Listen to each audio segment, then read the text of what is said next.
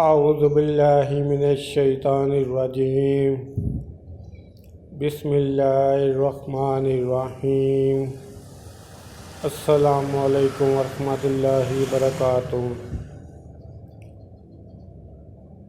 حضرت عمر فاروق رضی اللہ عنہ فرماتے ہیں، ایک صاحب نے عرض کی، یا رسول اللہ صلی اللہ تعالیٰ علیہ وآلہ وسلم، اسلام میں سب سے زیادہ اللہ تعالیٰ کے نزدیک محبوب کیا چیز ہے؟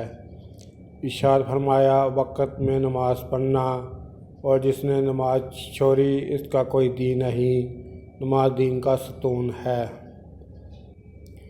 دین کی بات پھیلانا بھی صدقہ جاریہ ہے۔